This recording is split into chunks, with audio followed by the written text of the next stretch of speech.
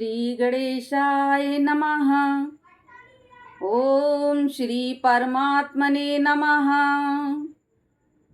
श्री सद्गुरु चरण कमलेभ्यो नमः। श्री सीतारामाभ्यां नमः। श्री हनुमते नमः। प्रिय श्रोताओं, कथा आरंभ करने से पहले हम आपसे एक प्रश्न करते हैं कि यदि भरत चाहते तो क्या वे राजा नहीं बन सकते थे? निश्चित तौर पर आप कहेंगे बन सकते थे, लेकिन जिन्होंने राम के अधिकार को अपना अधिकार स्वीकार नहीं किया, वही भरत आज करोड़ों लोगों के हृदयों पर राज करते हैं और यही प्रेम भगवान को अति प्रिय है। राम ही केवल प्रेम प्यारा, जानन लेहु सोई जान निहारा। राम ही केवल प्रेम प्यारा। बोले भक्त शिरोमणि भरत जी महाराज की जय। आज हम सब मिलकर पहले प्रार्थना करें कि हे प्रभु, हमें भरत जैसा निष्कपट हृदय, त्याग, भाईचारा और धर्मनिष्ठा प्रदान कीजिए। कल नवम दिवस की कथा की कड़ी को जोड़ते हैं कि भरत के विलाप के बाद राजमहल में शोक की लहर छा गई। सारा राजमहल शोक में डूब गया और अब कैकई समझ चुकी कि मंत्रा की बातों में आकर मैंने बहुत बड़ा अपराध कर दिया है। और वे रोती रोती कौशल्या जी के चरणों में गिर पड़ी। उन्होंने कहा, बहन मुझे क्षमा कर दो, मैंने अपने पुत्र मोह में पूरे रघुकुल को बहुत दुख दे दिया। ये सुनकर सारी सभा स्तब्ध रह गई। सबको लगा कि अब तो कौशल्या जी क्रोध करेंगी, कैकेयी पर बहुत क्रोधित होंगी। परंतु माता कौशल्या, जो प्रभु श्री राम की माँ हैं, जननी हैं, उन्होंने बड़े प्रेम से कैकेयी को उठाया और हृदय से लगा लिया। कहा, बहन कैकेयी, जो होना था वो तो हो गया। अब हम सबका कर्तव्य है, और वो कर्तव्य है कि हमें राम की मर्यादा को निभाना है। और देखिए, यही संतों की भी शिक्षा है कि क्षमा वहाँ होती है जहाँ अहंकार समाप्त हो जाता है। यदि परिवार में कोई गलती करे और दूसरा उसे क्षमा कर दे, तो टूटता हुआ परिवार भी फिर से जुड़ सकता है। भरत ने गुरु वशिष्ठ जी से कहा कि मैं किसी भी परिस्थिति में अयोध्या का राज्य स्वीकार नहीं करूंगा। मैं वन जाकर भैया श्री राम को वापस लाऊंगा। पूरी सभा धन्य है भरत, धन्य है भरत कह रही है। तब गुरु वशिष्ठ, मंत्रीगण, तीनों माताएं और समस्त अयोध्यावासी भरत के साथ चित्रकूट की ओर चल पड़े। देखिए, एक परिवार के बीच संपत्ति को लेकर विवाद हो रहा था। तभी वहां से एक संत गुजरे। उस परिवार की मुखिया ने संत को बुलाया, बिठाया, सत्कार किया और अपनी समस्या बताई अपने बेटों की। तो संत ने एक बात कही कि देखो आप सब, जिसे अधिक धन चाहिए, अधिक अधिकार चाहिए, समझ लो वो छोटा है, और जो छोड़ सकता है वो बड़ा है, वो महान है। आज भरत ने राज्य त्याग करके ये सिद्ध कर दिया कि प्रेम अधिकार से बड़ा होता है। हमारे परिवारों में भी क्षमा, प्रेम और एकता बनी रहे, इसके लिए परिवार के हर सदस्य को लोभ, ईर्ष्या का त्याग करके सबके प्रति प्रेम और सेवा का भाव रखना होगा। बोलिए भक्तराज भरत जी महाराज की जय। इतिहास में अनेक भाई हुए हैं, परंतु ऐसा प्रेम कहीं नहीं मिलता। जहां एक भाई राज लौटाने आया है और दूसरा राज्य छोड़ने पर अडिग है। आज चित्रकूट में प्रेम, त्याग और धर्म का अद्भुत संगम होने वाला है। श्री राम जय जय राम, श्री राम जय जय राम। भरत विशाल सेना, गुरु वशिष्ठ तीनों माताओं के साथ चित्रकूट की ओर पैदल ही चले जा रहे हैं। और इधर लक्ष्मण जी ने दूर से देखा कि भरत सेना लेकर आ रहे हैं, तो बोले राम जी के पास जाकर, भैया भरत लगता है युद्ध करने आ रहे हैं।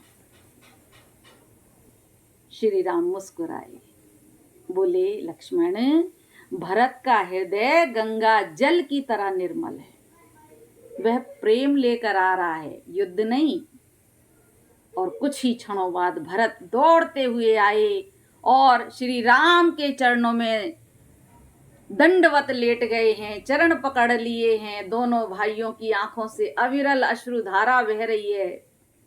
पूरा वन उस मिलन को देखकर भाव विभल हो गया है। आहा, कितना भावुक दृश्य गोस्वामी जी ने मानस में चित्रित किया है।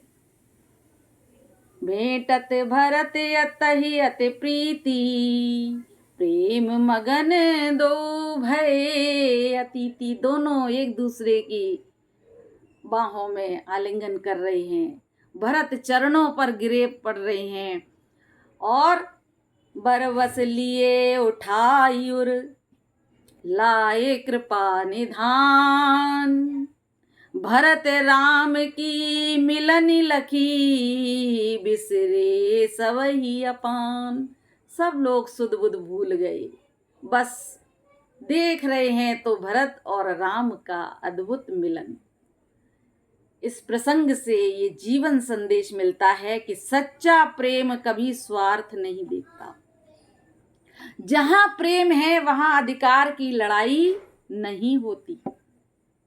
एक श्लोक में कहा गया है कि अयम निजः परो वेति गणना इति लघु चेतसाम, उदार चरितानाम तु वसुधैव कुटुंबकम। उदार चित्त वालों के लिए तो सारी पृथ्वी ही उसका परिवार है। तो भरत और राम का ये मिलन अद्भुत प्रसंग है। रामायण का सबसे भाव विभोर कर देने वाला प्रसंग है। इसे अगर एक मास, एक वर्ष भी गाया जाए तब भी इस भाव को पूर्ण रूप से चित्रित करने में कोई सक्षम नहीं हो सकता। चलिए आगे बढ़ते हैं। और एक बात मुझे याद आई कि एक मित्र का जो है मैसेज आया है कि देखिए आपको दिखा भी देती हूँ। कभी आप कहते कि मैडम जो है कथावाचका जी स्वयं ही बोल देती हैं, तो देखिए ये लिखा है, मैं आपको दिखा देती हूँ कि आदरणीय दीदी, आप थोड़े में ही कथा बहुत अच्छे से कहती हैं, अब आगे और कथाओं के वीडियो भी बनाइएगा। और हमने उसका उत्तर भी दे दिया है कि नमस्कार, आपका बहुत बहुत आभार, आपकी इच्छा अनुसार वीडियो अवश्य बनाएंगे।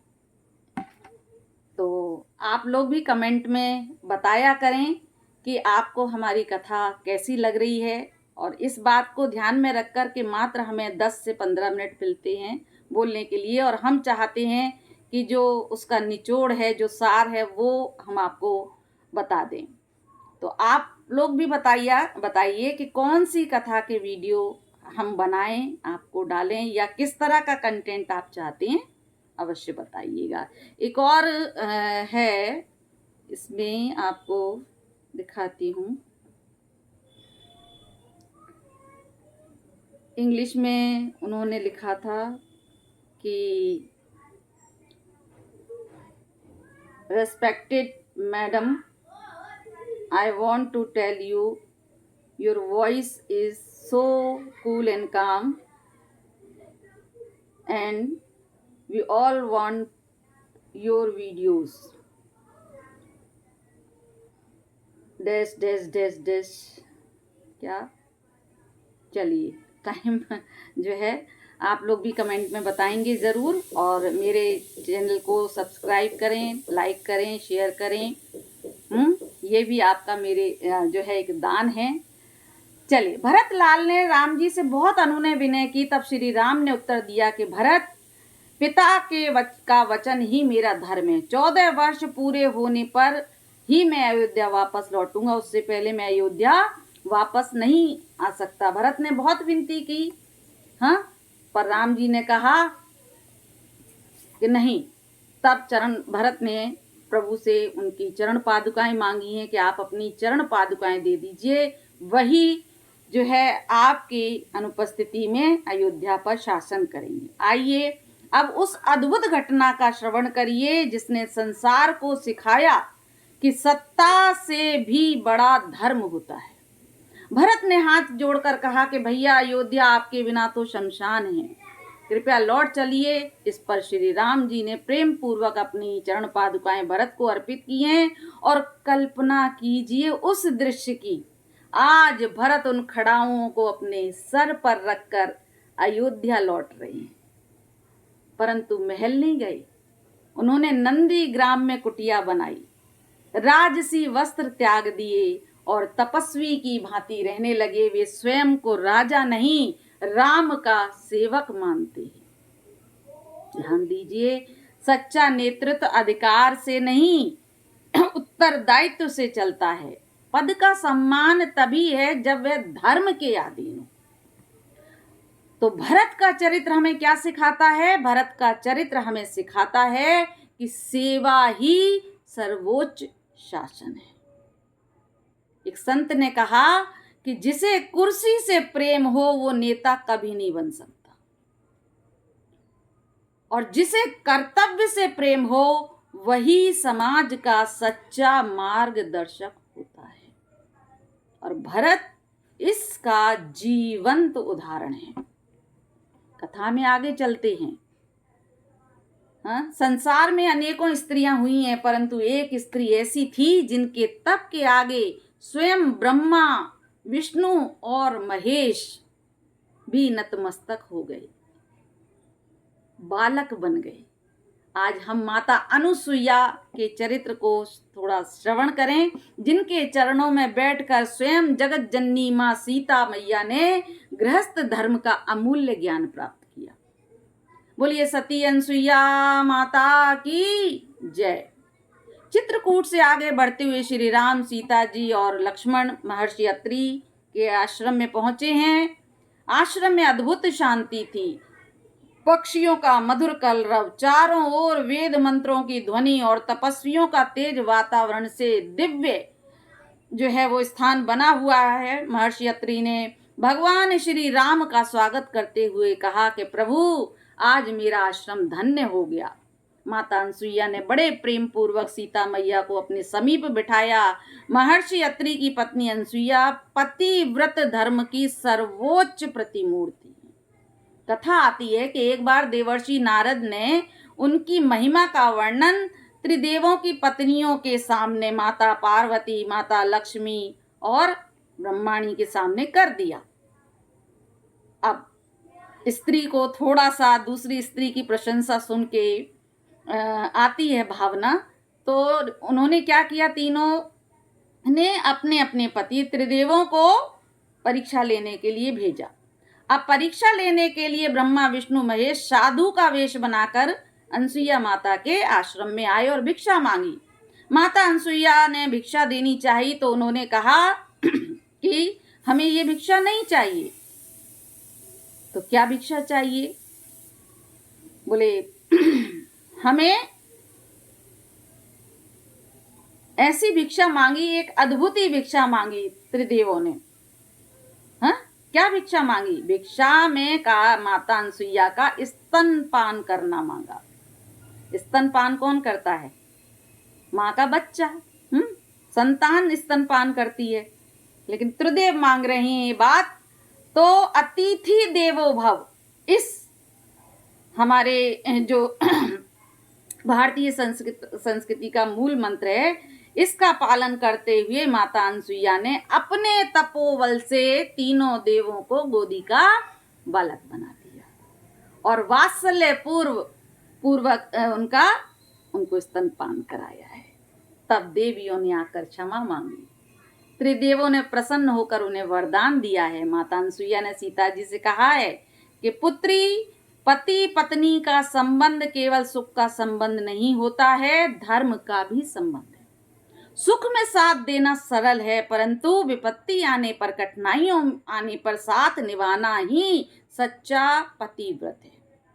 उन्होंने सीता जी को दिव्य आभूषण दिए, दिव्य वस्त्र दिए जो कभी मैले नहीं होते थे, और कहा, सुनु सिय सत्य कहूँ मैं तो ही, नारी धर्म पति देव न दोही।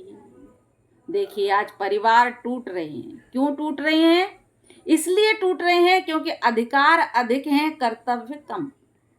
जहां त्याग, विश्वास और संवाद है, वहीं परिवार टिकता है। और माता अनसुईया का संदेश केवल महिलाओं के लिए नहीं, पुरुषों के लिए भी है। पति पत्नी दोनों एक दूसरे के सम्मान के रक्षक बने, यही माता अनसुईया की कथा का जीवन संदेश है। तो श्रद्धालु भक्तों, आज दशम दिवस की कथा है, और जैसा कि हमने कहा था 11 दिवस का एक संकल्प लिया था हमने, लेकिन आप निराश ना होइए कि अभी तो बहुत कथा बाकी है। हम आपको इस कथा को आगे सुनाते रहेंगे, चाहे फिर 15 दिन हो जाएं। जितने भी दिन में जो संकल्प हमने लिया है उस कथा का, वो हम आपको अवश्य सुनाएंगे। आज की कथा के लिए विराम। जय श्री राम। वीडियो पसंद आए तो लाइक, शेयर, कमेंट जरूर करिए। चैनल को सब्सक्राइब करिए।